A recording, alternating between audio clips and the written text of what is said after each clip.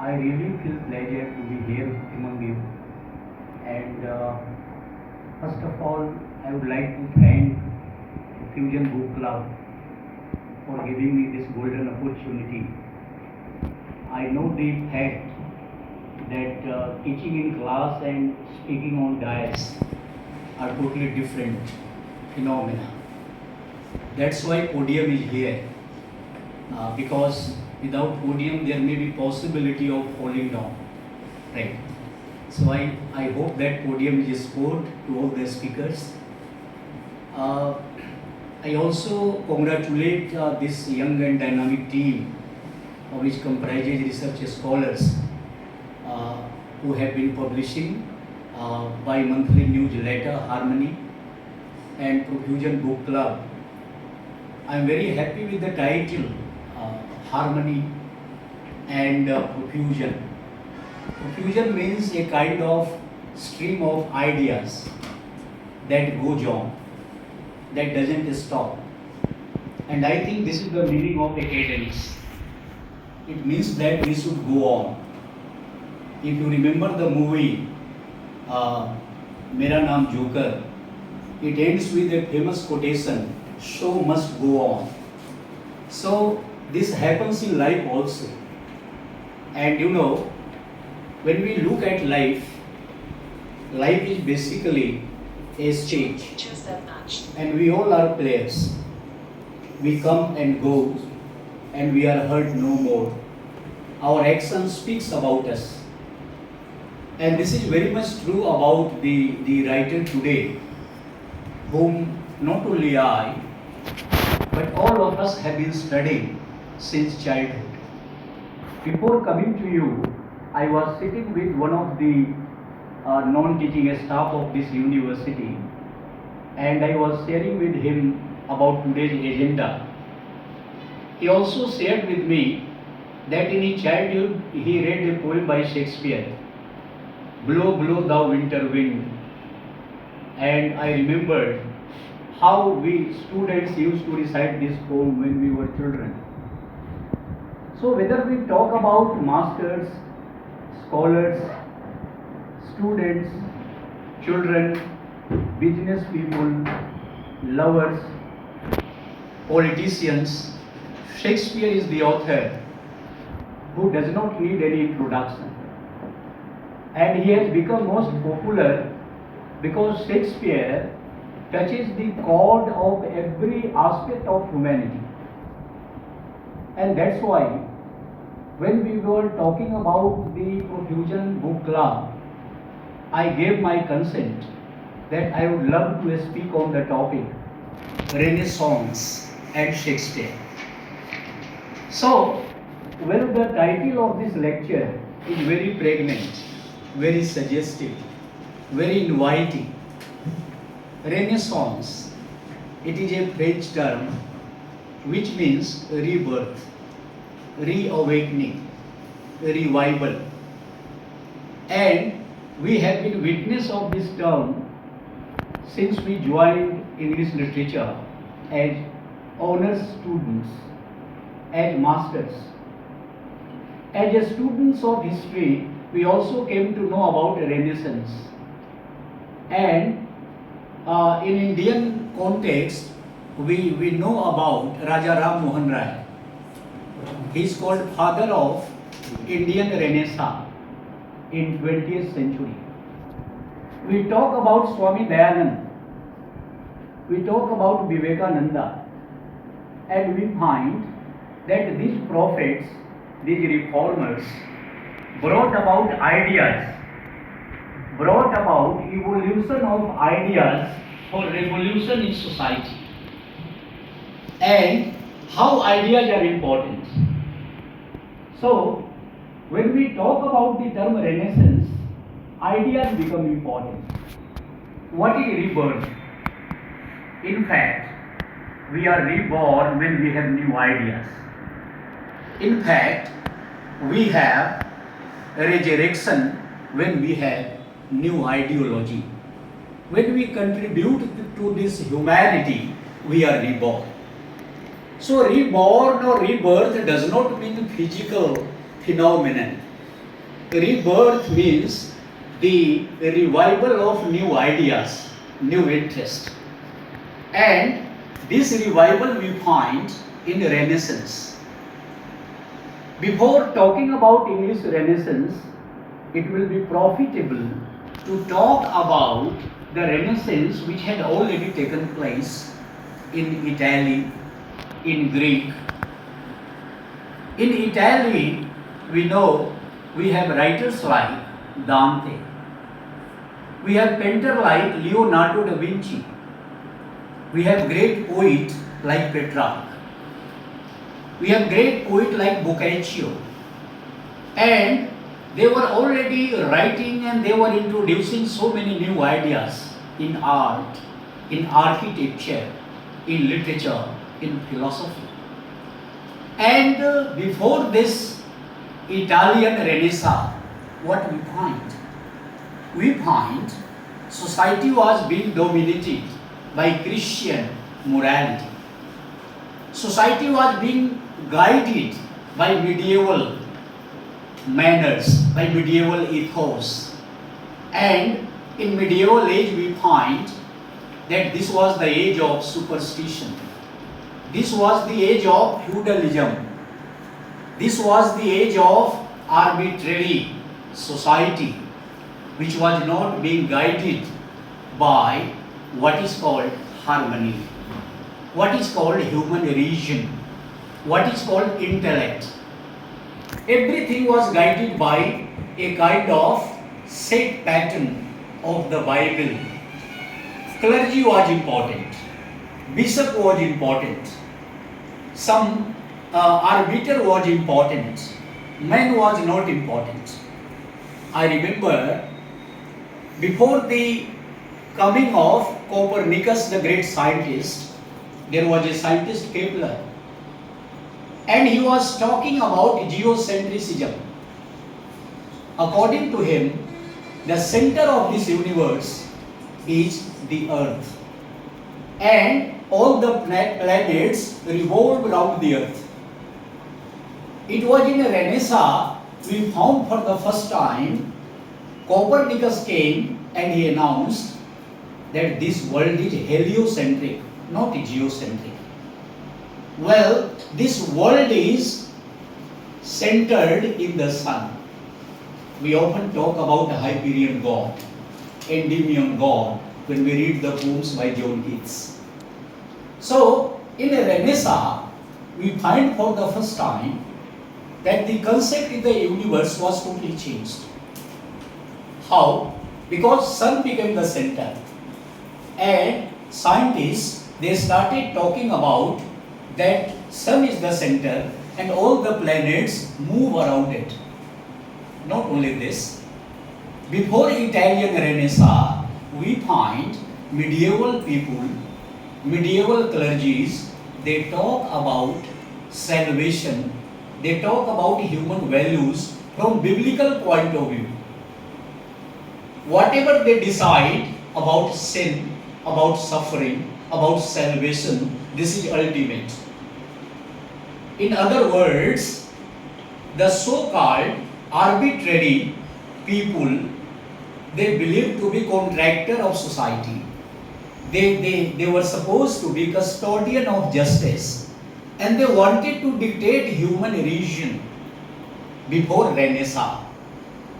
But when Renaissance came, with the coming of Renaissance in Italy, we find everything became human-centric. Man became the center of this consciousness. Human mind became the center of this consciousness. And if you read the Divine Comedy by Dante, we don't find salvation of man through biblical point of view. Dante talks about salvation, liberation, not from biblical point of view, but he gives a kind of allegorical meaning to the Bible, and he interprets the biblical mythology in terms of human freedom. This is equally true about the great poet Petrarch, who is called father of humanism. And according to Petrarch, humanism is the center of this universe. We should talk about man, man from top to toe, man in totality, man in completeness. Human being is important. Not God. We often talk about great German philosopher Nietzsche, who has famously written, God is dead because man has taken over. And I often say, after Nietzsche, after man has taken over, technology has taken over. If we talk about post-pandemic society, we find technology has become everything. Before university was reopened, we have seen the blessing and curse of the online classes, online meetings. And our students were feeling like in paradise when they were appearing in paper online. But when university was resumed offline in physical mode, we could understand their tragedy, their disaster. So, we find that Renaissance brought about a kind of revival of ideas. It was the idea that was celebrating the glory of man. It was the idea that was talking about human relation. It was the idea which was talking about classical knowledge, classical learning. That learning is important. It is human knowledge about the truth which is important. And when we talk about English Renaissance, it is very important to understand that in Britain we find Renaissance ideas in the writings of the great philosophers and writers like Sir Thomas More. If you remember his Utopia, if you remember the great poem by Spenser, The Fairy Queen, and before Shakespeare, it will be injustice if we do not talk about the precursors, the predecessors of Shakespeare, that is the university wits. And the university wits, and especially the great Christopher Marlowe, who wrote Dr. Faustus. Even today, when we are having some kind of betrayal in love, we have some kind of anxiety, we remember Dr. Faustus in front of Helen. Was this the place that launched 1,000 ships and burned the topless stars of Ilion? O Helen, make me mortal with thy kiss. All is dross, that is not Helena. These beautiful, these magical, these mesmerizing, these bewitching words of Christopher Marlowe, which tell us about the excellent flight of human imagination. I was talking about a great Urdu शायर Muhammad Iqbal, who has famously written, सितारों के आगे जहाँ और भी है, अभी इश्क के इम्तहान और भी है, तू साही है, परवाज है काम तेरा, तेरे सामने ज़मीन और आसमां और भी है, और भी है, और भी है. So people, the poets of Renaissance, they talk about parwaj, imagination. They were writing with creative imagination. What is so important about Shakespeare? If you remember Midsummer Night's Dream, the great dream play by William Shakespeare, and you remember the famous words of Theseus, the poet's eye in fine frenzy rolling, doth glance from earth to heaven, from heaven to earth, and as imagination bodies forth, it gives to airy nothing a local habitation and a name. So, Shakespeare talks about the poet's lunatic and lover of imagination all compact. Shakespeare is talking about creative imagination. And every writer of Renaissance, they talk about creative imagination. Without imagination, a poet is nothing. But this imagination is creative. It is something that is going to syncretize. It is going to harmonize. It is not going to separate. It is going to reconcile different elements of human experience into unified sensibility. That's why I told you in the beginning of my presentation today, the name Harmony of bi-monthly newsletter is very relevant. After all, why we are doing and what are we doing in academics? We are trying to establish harmony. The purpose of this kind of lecture is also to establish harmony in the department and the university. Today I am on the dais. Next day some of my colleagues will be on dais. Someday you will be on the dais. So show must go on. So this kind of healthy practice is imminent and it is imperative for all-round development. In the Renaissance, in English Renaissance, we find there was a flood of translation. These days, we talk about translation studies. Some of are busy in translation also. I know Dr. Deepak is translating some book from Haryanvi to English. And I am also trying to do translation study in coming future. It may take some time because I am a husband and you know the tragedy of a husband is not getting much time for so many works. But I will try my level best in coming future. Okay. So when we come to talk about Shakespeare, we find Shakespeare was born Renaissance. He had no formal education.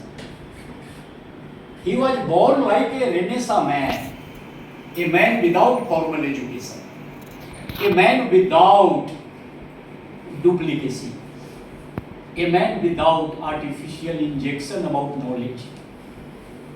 He could get a class up to class 4th education and from state code A1, and after that he shifted to London and he started doing job in company, drama company. So this is how his life began as a practical actor, and he was given the chance to just to address the people, to address the world, and I think this is the right way for the birth of a genius. If you remember the great Indian poets like Valmiki, Kabir, and the great Greek poet like Homer, they didn't have formal education, I tell you. They were educated in the university of life. They were educated in nature. So, for education, we don't need to join a university like us. Real education will be found not in this university, but I am not discouraging you against this system. I am simply telling you that real education and real sensibility is the ignition of a spiritual and moral and intellectual fire that is latent in every one of us. So what is the need? The need is to ignite the sensibility. The need is to just fire the sleeping sensibility of the humanity. That is important. Shakespeare, in 1593, Christopher Marlowe died. And when Christopher Marlowe died, who was masters from Cambridge University, the whole England was looking towards a man who could be substitute for Christopher Marlowe. And the whole England found in William Shakespeare the substitute, the better substitute. And you know, Shakespeare started writing with his first play, Henry VI. And you know, he never looked back.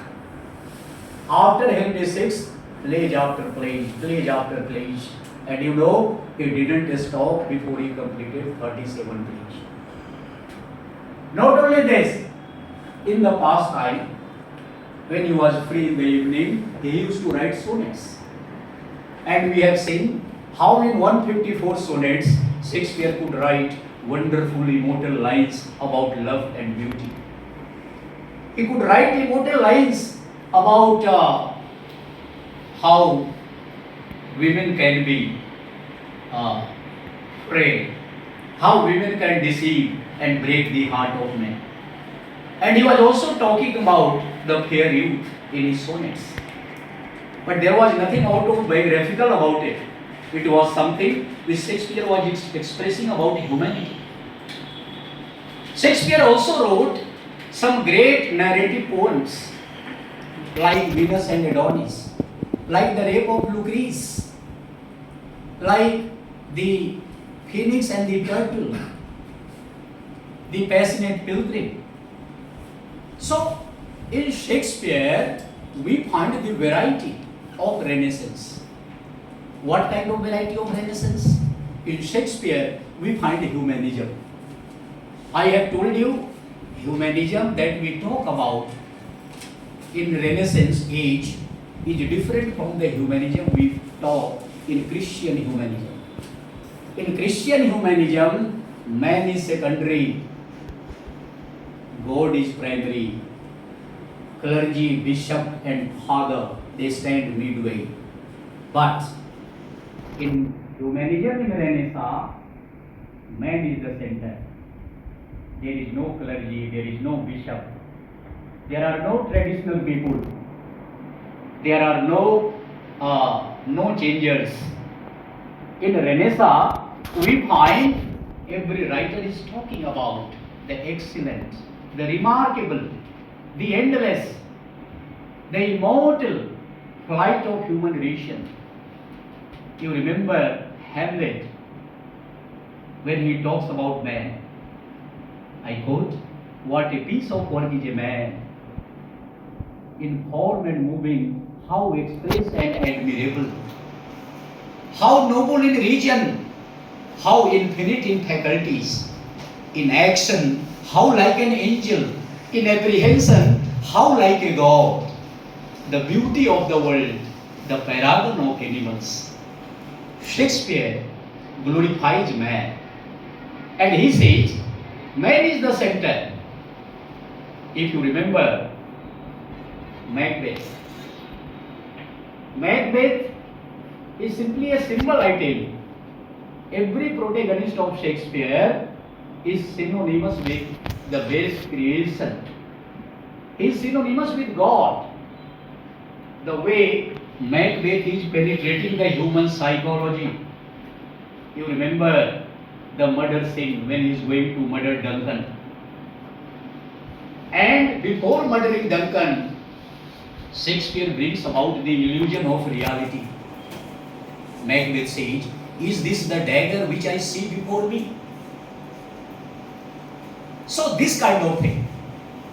But his wife, you know, man can be a great virtuous soul without his wife. Macbeth could become a great man, but unfortunately he was a married person. When he was coming back, his wife was telling, "Don't come back, you bloody coward. If you can't do this deed, I'll do." In order to become the king or queen, I can even murder my naked newborn babe, let alone this king. And wife, the better half, whom I call the bad half, the worse half, because she was inciting Macbeth to murder the king, and out of this kind of provocation, Macbeth goes, even before murdering Duncan, Macbeth has a kind of inner conflict. I tell you, this kind of inner conflict, this kind of spiritual crisis, this kind of looking within, it is the quality of a Renaissance hero, I tell you. You remember Dr. Faustus? You remember Macbeth? You remember Othello? You remember Hamlet? To be or not to be, that is my question. That is the question. So every Renaissance hero, I tell you, they not simply went and murdered and became the king. Before doing this, Shakespeare was bringing about a kind of question, self-question, a kind of how man was fighting battle against himself. And when you look at this kind of psychology, you remember the great psychoanalyst Sigmund Freud. On his birth anniversary, when the journalist asked Sigmund Freud, "You are the greatest psychoanalyst. Poet and writer must learn from you." Sigmund Freud answered, and his answer is very wise. It tells us a lot about poet and artist. Freud said, "Not I, but the poets discovered unconscious." Sigmund Freud, he was talking singularly about poet and artist, and he mentioned the example of Shakespeare and Dostoevsky. And he was mentioning the scene in Macbeth, the murder scene in Macbeth. And he was talking about Dostoevsky's the great novel, The Double. So, every great psychoanalyst, I tell you, they were being inspired by the great writer like Shakespeare, because Shakespeare belongs to Renaissance. And what is the beauty of Renaissance? The beauty of Renaissance is looking within. The beauty of Renaissance is asking question. If you remember a line from John Donne's poem where he writes, "New philosophy calls in doubt." We were talking about the great postmodern critic, Lyotard, and he was defining postmodernism as a kind of incredulity towards meta-narratives. I find almost every protagonist in Shakespeare, especially in tragedy, they are postmodern. Sometimes I call my campus postmodern because this campus has no ending. It has no boundary. Boundaries are broken. Right? We come to campus, we enter the campus, but we don't find any ending about it. I'm not being sarcastic, I'm correlating the topic to our campus also. Right. So, when we read Shakespeare, dear students, we find Shakespeare is trying to present the human life in its variety, the whole world in its variety, and the kind of question, the kind of curiosity that Shakespeare introduces into his play is very interesting. And Shakespeare does not describe characters from either biblical point of view or traditional point of view, but human point of view. If you remember The Merchant of Venice, a great romantic comedy by Shakespeare, I think most of you have read this comedy. In this comedy, the traditional critics say Shylock is the villain and Antonio is the hero. He is the merchant of Venice, and whatever Antonio does, he does for his friend Bassanio. One day I was thinking about Antonio and Bassanio friendship. Had Antonio been married, would he take a risk to help his friend Bassanio? Certainly not. So, friendship is very important, and you cannot find the pleasure of friendship anywhere in this world. Let us learn from Bassanio and Antonio the sacrifice that a friend makes for others. Shakespeare is talking about Christian value and virtues through the character of Bassanio and Antonio, but at the same time, remember, Shakespeare also gives a space to Shylock. Shylock is a Jew. For stupid people, Shylock is a Jew. For Christian people, Shylock should be murdered, Shylock should be hated. You will remember World War, how Hitler brought about the massacre of countless Jews. So, Shakespeare, what is the beauty of Shakespeare and what is the Renaissance in Shakespeare? Shakespeare Shakespeare interprets every character from human point of view, and Shakespeare also gives space to Shylock. Shylock when he is alone, he is having the portrait of his dead wife. He is remembering his wife. He is always missing his wife. This is my belief that those Christians who looked at this scene, they must have felt hatred for Shakespeare. But Shakespeare was not worried about either Queen Elizabeth or any Christian people, because Shakespeare was not writing for a particular community. Shakespeare was writing for the whole humanity, right? Shylock, he was having the portrait of his wife. And when asked, "Oh Shylock, why do you behave like a cruel person?" Shylock answered like a human being. He says, "Don't you think when a Christian pricks a Jew, he bleeds? Don't you think when a Christian abuses a Jew, he feels offended?" He means to tell us that he is also a human being. And he is also telling us that Christians have been very much cruel towards his ancestors. So, I am not glorifying the character of Shylock. I am simply trying to tell you that in Renaissance, what was important was humanism. Man was important, every character was important. And in Shakespeare's drama, what is important? In Shakespeare's drama, all characters are important. And Shakespeare has drawn upon different kind of characters under the sun. And if you remember the great critic Harold Bloom, he has written a wonderful book, The Invention of Human. In this book, he talks about the greatness of Shakespeare, and he says, under the sun, it was Shakespeare who brought about maximum invention of humanity. He introduces the greatest amount of characters. You read Shakespeare, you find the kind of character gallery which Shakespeare has presented. It is larger than any other playwright.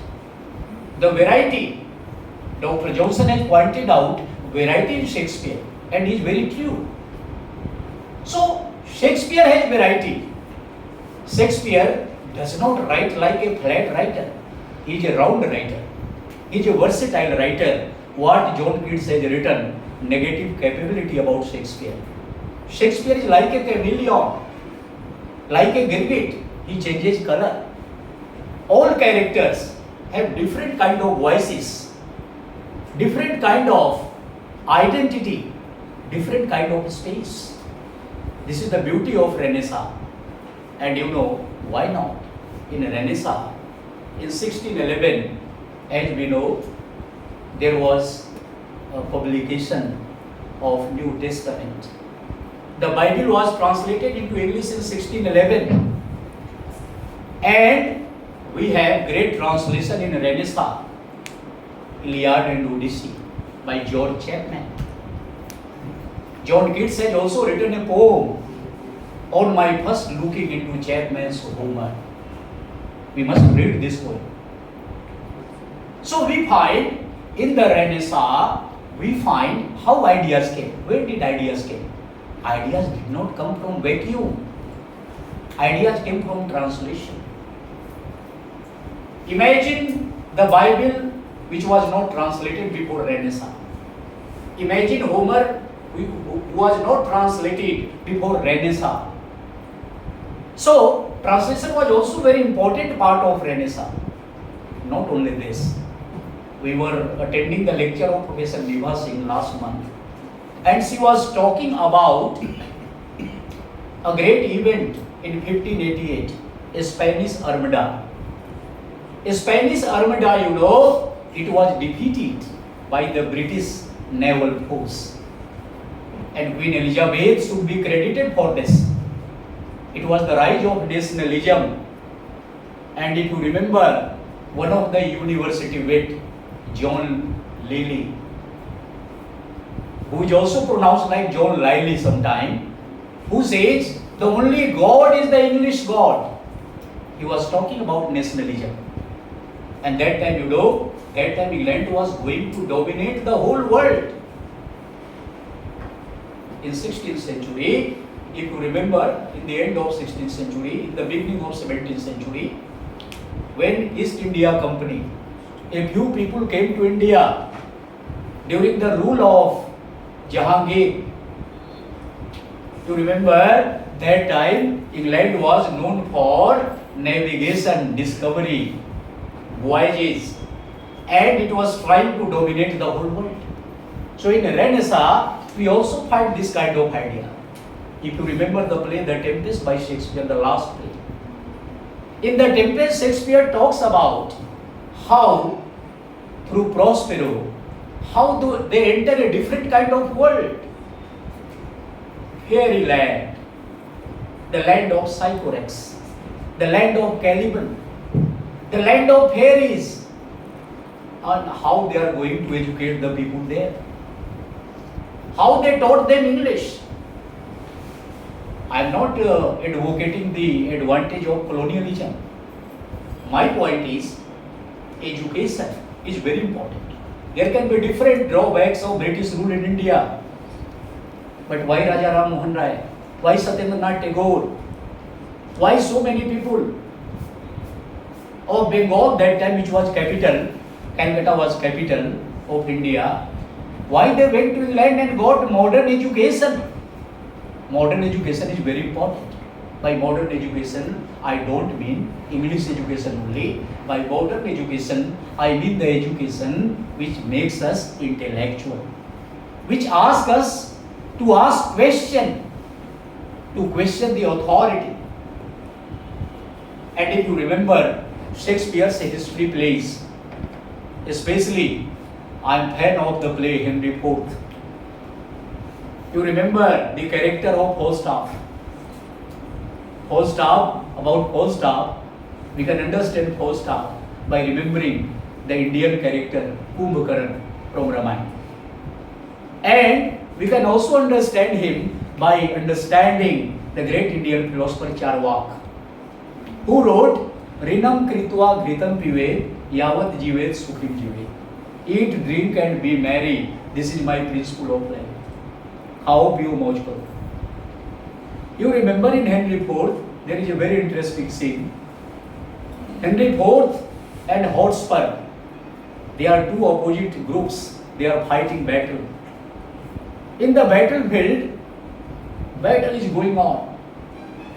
And Henry IV, he has been a patron of a great man of the time, Falstaff.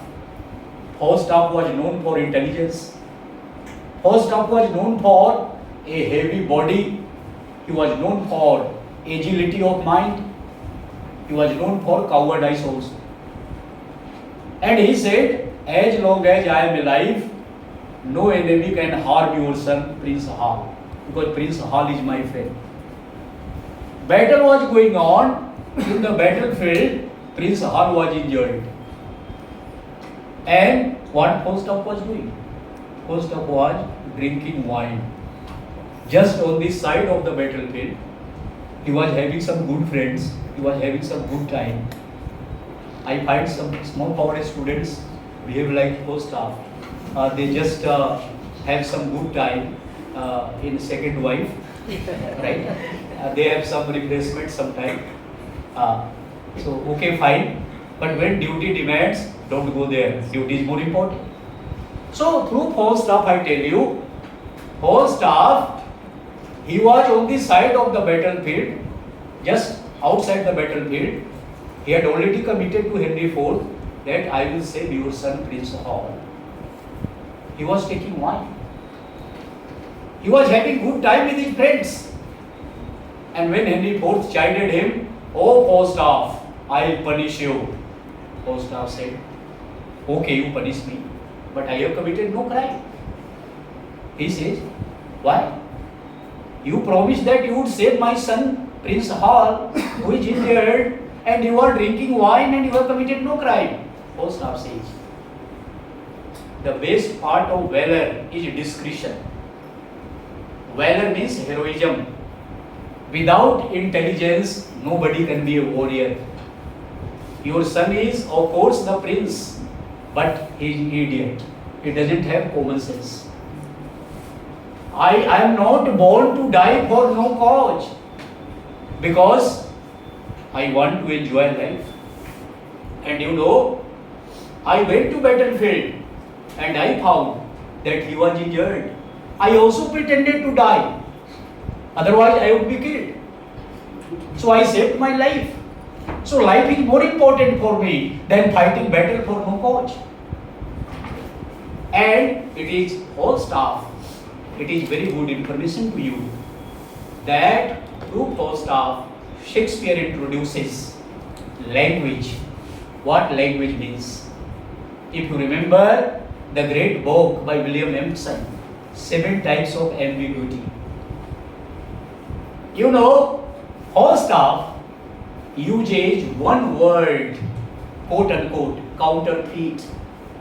COUNTERFEIT, counterfeit, in 8 different parts of speech.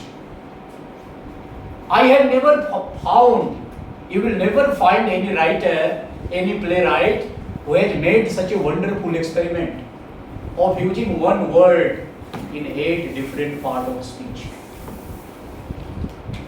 Who experiments? Falstaff. So through Falstaff, what I mean to tell you, Shakespeare is introducing the Renaissance ideal of common humanity. For Shakespeare, power is not important. For Shakespeare, humanity is important. And in main plot, Shakespeare is talking about the battlefield. But in the subplot, Shakespeare is talking about the importance of pleasure, the importance of love, the importance of freedom, the importance of human language. And this is applicable to every play of Shakespeare, not only Henry IV. So, from Henry IV, if you come to, other plays of Shakespeare, in Hamlet we have seen many times. If you remember, frailty thy name is woman, ए बेवफाई तेरा नाम औरत. Right? You remember? To be or not to be, that is the question. Iago says in Othello, I am nothing if not critical.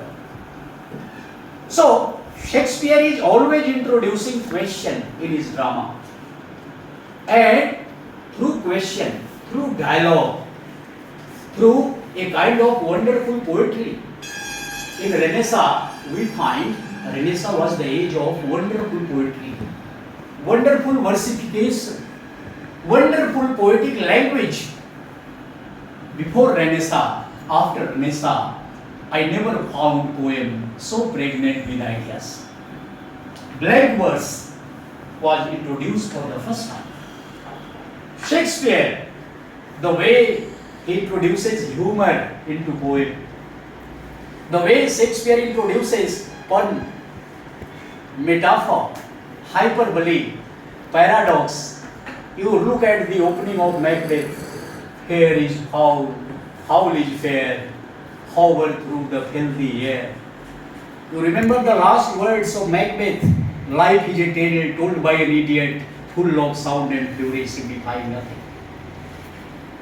So, you remember many lines by Shakespeare that tells us that Shakespeare was writing poem that was quite original. The images, the metaphor, that was quite original.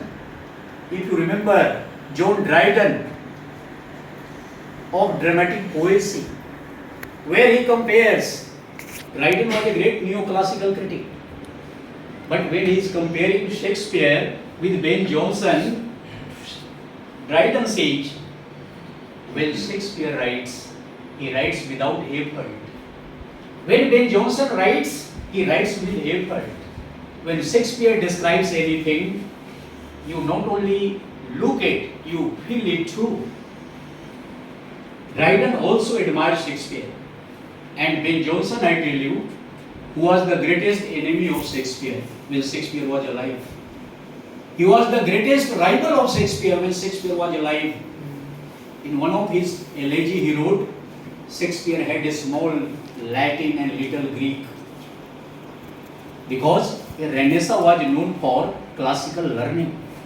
Without knowledge of Greek mythology, without the knowledge of Latin, you are not supposed to be born in Renaissance. Ben Jonson, he was highly educated. Christopher Marlowe was highly educated. Shakespeare, he had no formal education. But you remember the kind of beauty of words, the kind of simplicity of diction, the kind of pregnancy of ideas that flows in the writing of Shakespeare is remarkable. It is unique. And it is something that makes Shakespeare a great writer.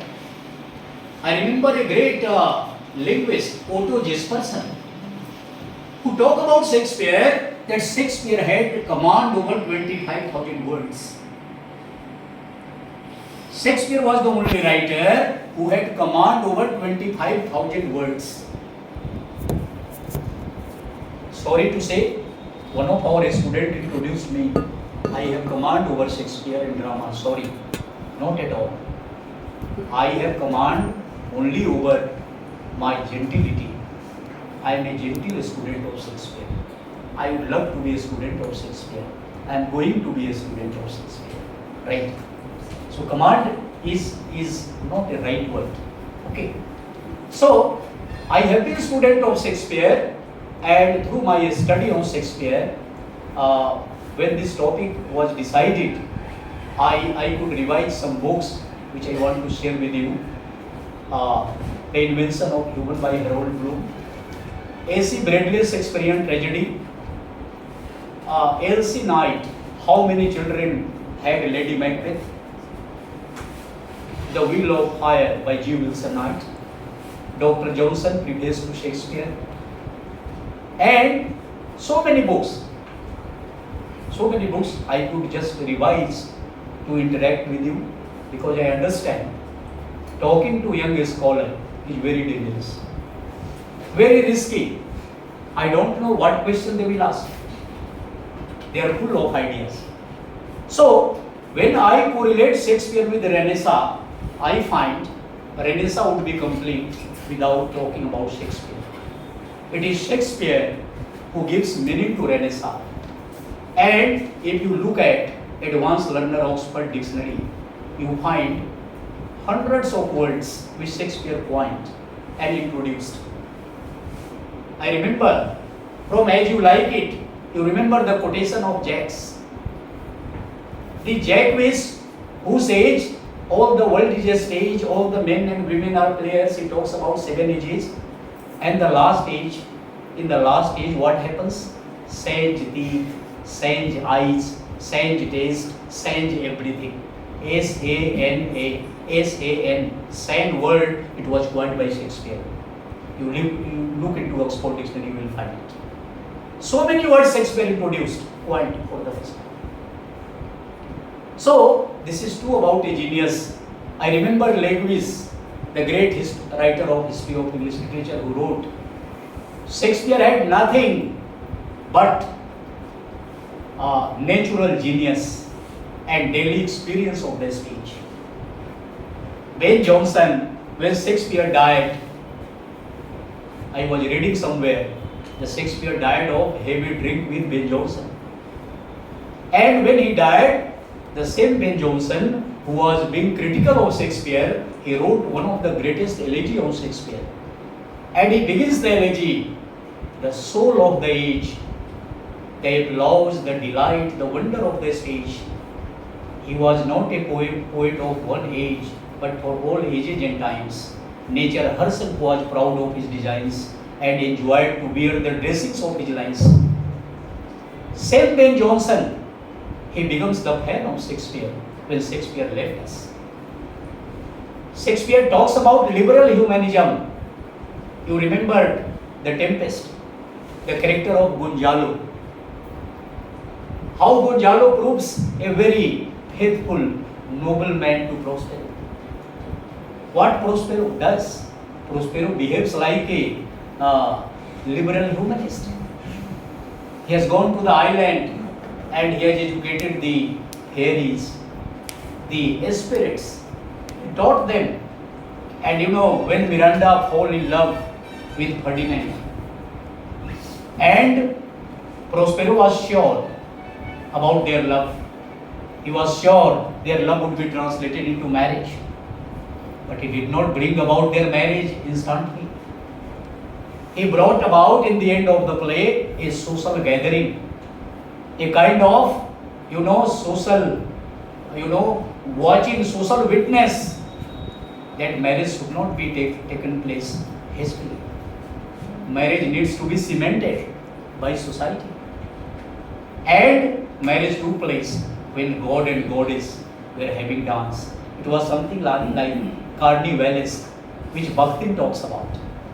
We find the meeting of the king and queen, the meeting of king and queen with common people, without any barrier. Everything was meeting there, and out of meeting, meaning was coming out. If you remember Kalidas Abhigyan Sakuntalam, Dushyant and Sakuntala, they fell in love in the forest, and marriage, love marriage took place. Gandharv Vivah ho gaya दोनों का. But when Sakuntala was having a male baby, of course, and when she came to Hastinapur and claimed that you married me, Dushyant asked, "What is the proof? What is the proof I married you?" Dushyant was, because there is another story, he was cursed to forget everything. And the ring, the marriage ring that Dushyant gave to Sakuntala, it was by chance dropped in the river which she was crossing. A fish ate it, and when the fish was cut, the ring was found, and some fisherman was selling it in the market. That ring was brought to the king, because the people of that time were not like people of today. Otherwise, who will return the golden ring? Right. So this is how, Dushyant came to realize it. Marriage took place. So like Kalidas, Shakespeare is talking about the socialization of marriage. He's talking about how society is important, how humanity is important. And even today, if you remember Shakespeare, the Renaissance man, you remember in As You Like It, when Deep Senior, along with his people, he just retires to Forest of Arden. And he compares what is the difference between my court and this Forest of Arden. He says, in this forest, there is no hustle and bustle. In this forest, I find tongue in trees, sermons in stones, books in running brooks, good in everything, sweet are the hues of adversity, and I won't change for it. So today, when we are talking about environmentalism, we are talking about pollution, we are talking about deforestation, we are talking about how to restore natural harmony, we should read As You Like It. And we should find how Shakespeare is trying to bring about a harmony between nature and human nature, how it's important. So, when we are trying to extract meaning from Shakespeare, the Renaissance man, we find Shakespeare is quite fresh, like morning dew. Shakespeare can never be stale, like Cleopatra. Age cannot wither, nor custom still her infinite variety.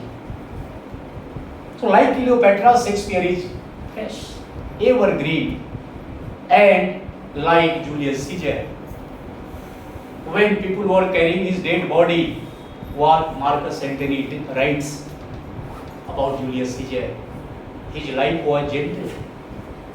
His life was gentle, and all the elements of nature were so mixed in him that nature might stand up and say to all the world, he was a man, he was a man, he was a man. So that's all. Thank you very much.